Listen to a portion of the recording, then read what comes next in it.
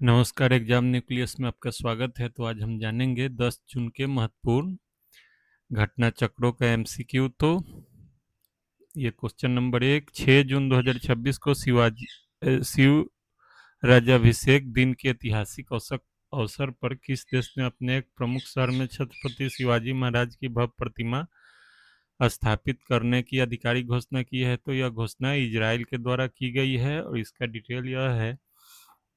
Israel के मुंबई स्थित महावाणिज्य दूत यानीव रेवाज ने इस ऐतिहासिक परियोजना की घोषणा की है। महाराष्ट्र के मुख्यमंत्री देवेंद्र फडणवीस ने इस प्रतिमा के निर्माण के लिए कलात्मक मार्गदर्शन और डिजाइन प्रदान करने का आश्वासन दिया है। यह परियोजना भारत और इजराइल के बीच गहरे सांस्कृतिक और ऐतिहासिक संबंधों को प्रदर्शित करती है। ये दूसरा क्वेश्चन। जून 2026 में केंद्रीय विज्ञान और प्रौद्योगिकी मंत्रालय द्वारा भारत के 7वें क्षेत्रीय मौसम विज्ञान केंद्र का उद्घाटन कहाँ किया गया है? तो ये जम्मू में किया गया है। इसका डिटेल यह है कि केंद्रीय मंत्री डॉक्टर जितेंद्र सिंह के द्वारा जम्मू में भारत के 7वें क्षेत्रीय मौसम विज्ञान केंद्र का आधिकारिक उद्घाटन किया गया। यह केंद्र जम्मू कश्मीर, लद्दाख और हिमाचल प्रदेश के पर्वतीय क्षेत्रों के लिए मौसम पूर्वानुमान और आपदा चेतावनी जारी करेगा। इसके माध्यम से बादल फटने, हिमस्खलन व भूस्खलन जैसी आपदाओं की प्रारंभिक चेतावनी समय पर मिल सकेगी। तो ये इसका डिटेल था।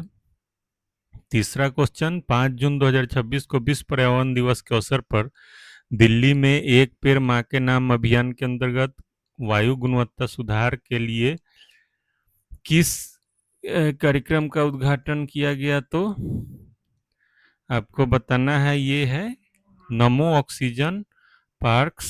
केंद्रीय पर्यावरण मंत्री भूपेंद्र यादव और दिल्ली की मुख्यमंत्री रेखा गुप्ता द्वारा राष्ट्रीय राजधानी में 18वें नमो ऑक्सीजन पार्क्स का संयुक्त उद्घाटन किया गया। यह संपूर्ण पहल भारत सरकार के राष्ट्रव्यापी वृक्षारोपण अभियान एक पेड़ मां के नाम के तहत संचालित की गई है।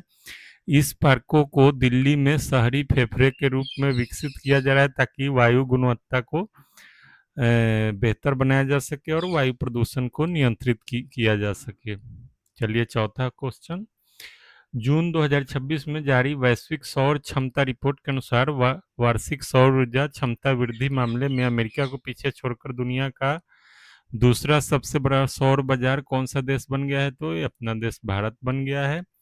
और इसका डिटेल यह है कि वार्षिक सौर क्षमता संवर्धन के आंकड़ों के विश्लेषण के आधार पर भारत ने अमेरिका को पछाड़कर वैश्विक स्तर पर दूसरा स्थान हासिल किया है।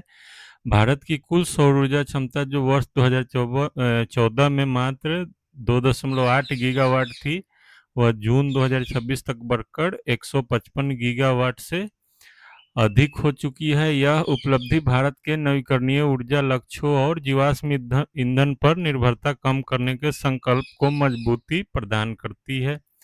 पांचवा क्वेश्चन। अंतर्राष्ट्रीय अंतरिक्ष स्टेशन की यात्रा करने वाले और हाल में ही अपनी पहली संस्मरण बुक द सेकेंड ऑर्बिट की घोषणा के कारण चर्चा में रहे भारतीय अंतरिक्ष यात्री कौन है? तो ये ग्रुप कैप्टन शुभांशु शुक्ला है। और डिटेल यह है कि उन्होंने पेंगुइन रैंडम हाउस इंडिया द्वारा प्रकाशित होने वाली अपनी पुस्तक द सेकेंड ऑर्बिट की घोषणा की है, जो 25 जून 2026 को आधिकारिक रूप से रिलीज होगी। वे एक्सियोम मिशन 4 के सदस्य के रूप में अंतर्राष्ट्रीय अंतरिक्ष स्टेशन की यात्रा करने वाले विशिष्ट अंतरिक्ष यात्री है। वर्ष 1984 में राकेश शर्मा की ऐतिहासिक उड़ान के बाद शुभांशु शुक्ला कारमेन लाइन को पार करने वाले 41 वर्षों में पहले भारतीय बने हैं। छठा क्वेश्चन। जून 2026 में घोषित राष्ट्रीय ई गवर्नेंस पुरस्कार 2026 के तहत डेटा एनालिटिक्स के माध्यम से डिजिटल गवर्नेंस परिवर्तन श्रेणी में स्वर्ण पुरस्कार जीतने वाले पंचायती राज मंत्रालय का प्रमुख डेटा संचालित ढांचा कौन सा है? तो इसका है पंचायत उन्नति सूचकांक 2.0 पाई। तो पंचायती राज मंत्रालय के प्रमुख कार्यक्रम पंचायत उन्नति सूचकांक को राष्ट्रीय ई गवर्नेंस पुरस्कारों में स्वर्ण पदक प्रदान किया गया है।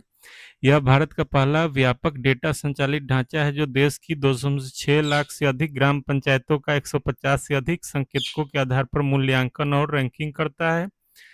यह पुरस्कार आगामी 1 से 2 जुलाई 2026 को जयपुर में आयोजित होने वाले 29वें राष्ट्रीय ई गवर्नेंस सम्मेलन के दौरान प्रदान किया जाएगा।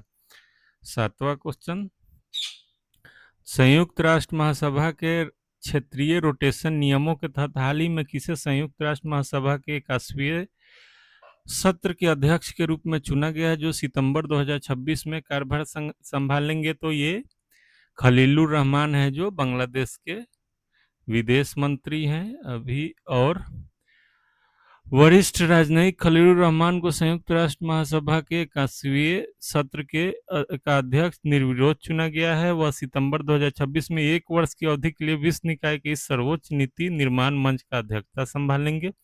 संयुक्त राष्ट्र की क्षेत्रीय रोटेशन प्रणाली के तहत इस वर्ष यूएनजीए की अध्यक्षता एशिया प्रशांत समूह को आवंटित की गई थी। तो इसका पीडीएफ इस टेलीग्राम लिंक से डाउनलोड करें। Thanks for watching.